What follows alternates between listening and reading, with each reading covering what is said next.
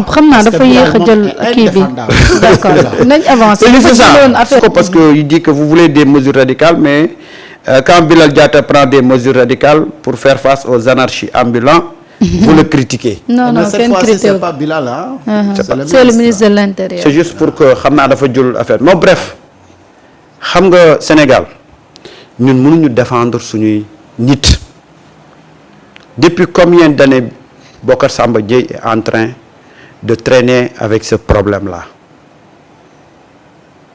kenn est-ce que dégg nga mobilisation autour de Bocar Samba Dièye. Est-ce que dégg nga un élan de solidarité autour de Bocar Samba Dièye. On est en train de laisser un homme qui a travaillé de façon dure pour arriver fi mu arrivé tey ñun sénégalais ñu ngi toog di ko seetaan ñu koy détruire kan mooy coupable est-ce que ñi koy détruire ñooy coupable wala ñi toog di xoole ñuy détruire Bocar Samba Dièye ñooy coupable ñan ñoo ci coupable am na waykat ba lu mu waxoon Maître Gims nee na du reprocher ñiy def mais ñi toog di seetaan ñuy def ñooñu lay defar reproche man tey si je dois formuler des reproches c'est à l'endroit des Sénégalais ñi war a seetaan rek ñu jël Bocar Samba Dièye fas yéene ko sacrifier comme ça après qu'est-ce qu'on va dire jaay nañ ko doole suba kan lay doon le cas Ferdinand est là. Ferdinand Coly ngi nii fu mujjee sali ñax-ñaxal di béy ay limon billaay ay dossier am gàddu na ko fu ne télé bu nekk dem na ko fa jooy ko est-ce que tu as entendu un élan de solidarité ñun on regarde nos valeureux hommes ñu leen di détruire one by one et on ne dit rien ku ci nekk da ngay toog ci sa taatu garab naqarlu ko après daal di seetaan kan moo coupable dans cette histoire là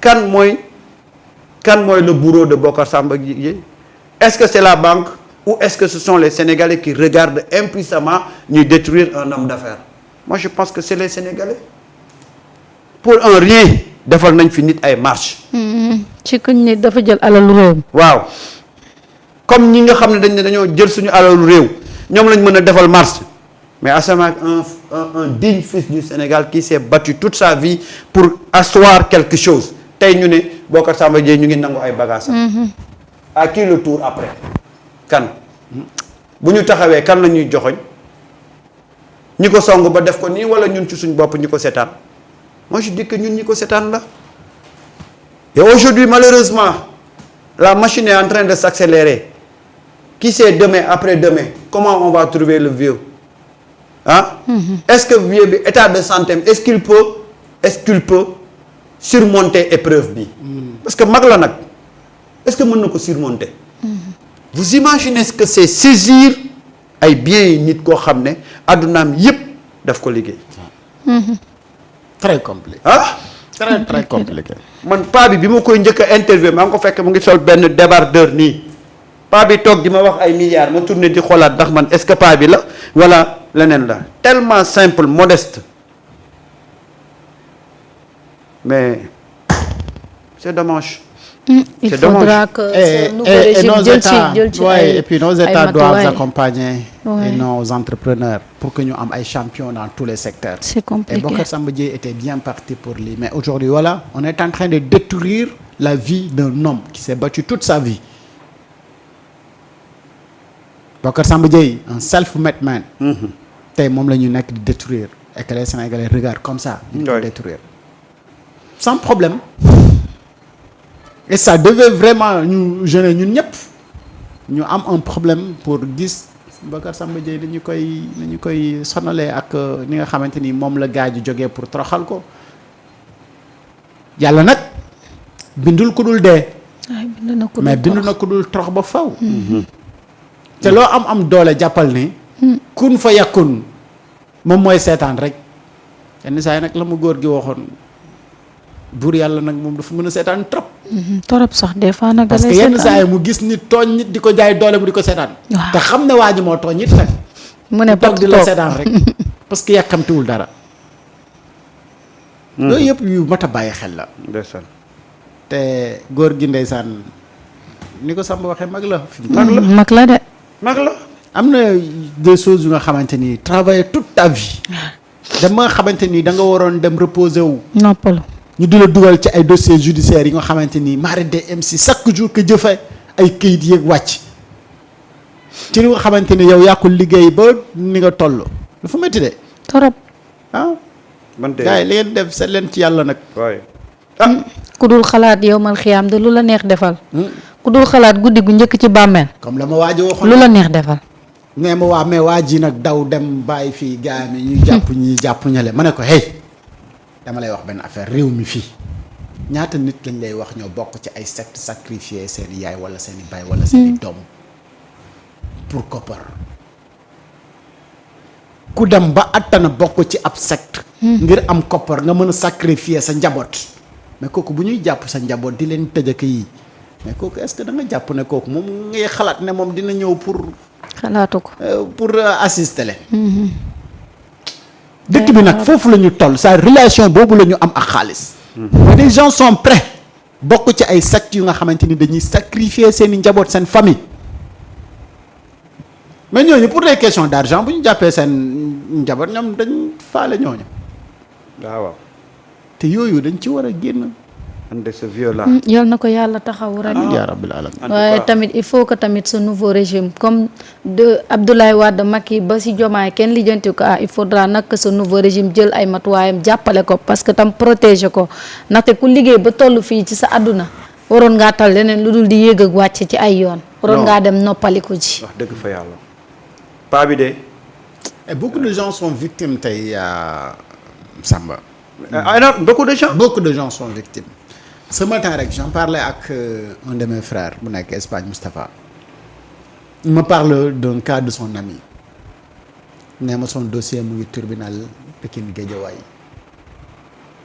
nit bu nga xam ne dafa toog ci këram benn xaritam bu police di wër ndax ay jëfam topp ko waa ji ñëw na ko kay ànd nga gunge ma mu ñëw naka mu génne rek gaay na ko kirtim boole ko ci mbir yi ñu dem tribunal ñu taxaw waaj na leen kii yoonam nekku ci man maa ne ko woon kaay ñu gunge ba mu génn di ma gunge deful yëgul tinul xamul sax li xew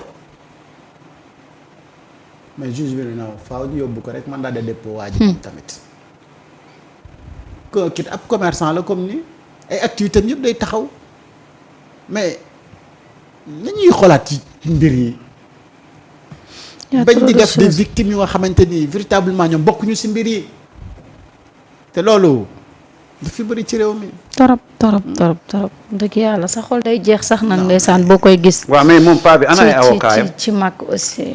xam nga ne ay avocat ñu ngi ciy yéeg di wàcc kay. yéeg wàcc gi moom ñoo ngi yéeg di wàcc mais bon. parfois nag lay naxee day sori Samba. billaay dossier de 2008 ba suñu joon yàlla tey jii xam nga ne ça a pris beaucoup de temps. parce que man nag xam nga côté boobu je pense que je sais pas xëy na dama ko xamul dama ko yëgul. mais est-ce que avocat yi def nañ point de presse pour mieux expliquer aux Sénégalais. man à part quelques rares explications yi ma ci am. c'est le vieux lui-même qui explique. les quelques rares explications yi ma ci am. pour ces avocats nag mosuma gis wala tombé ci benn communiqué wala benn communication bu ñu def par rapport à ce dossier-là. il le faut de mais j'ai vu nag beaucoup d'interviews yu nga xamante ni góor gi moom ci boppam. waaw man en fait.